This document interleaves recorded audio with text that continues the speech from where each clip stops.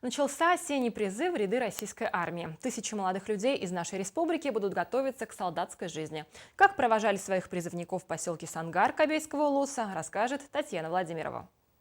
В этот день в районный центр приехали призывники из села Люксюгюн, а также присутствовали юноши из поселка Сангар.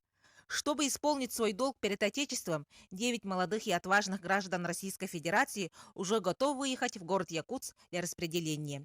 Их в добрый путь солдатской жизни пришли провожать родные, друзья и подруги.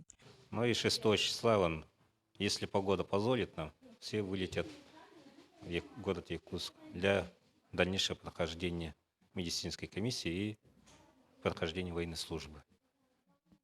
Всем призывникам вручили памятные подарки. Молодые люди в этот момент испытали волнение, так как они впервые надолго уезжают из своего родного дома и, конечно, с нетерпением ждут окончания срока службы. Также в этот день их пришел поддержать Василий Жирков, который уже отслужил год в элитных войсках. Я отслужил в 155-й бригаде морской пехоты Тихоокеанского флота в городе Владивостоке.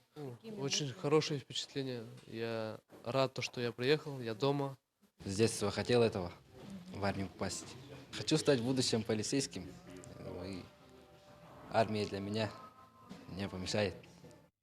Многих ребят, конечно, заинтересовала контрактная служба. Кого не привлекала романтика военной жизни, постоянные тренировки, спецзадания, изучение разнообразия современного оружия, воочию увидеть всю мощь военной техники. Это и есть счастье настоящего мужчины. Татьяна Владимирова, Александр Савинов, НВК Саха, Кобяйский улус.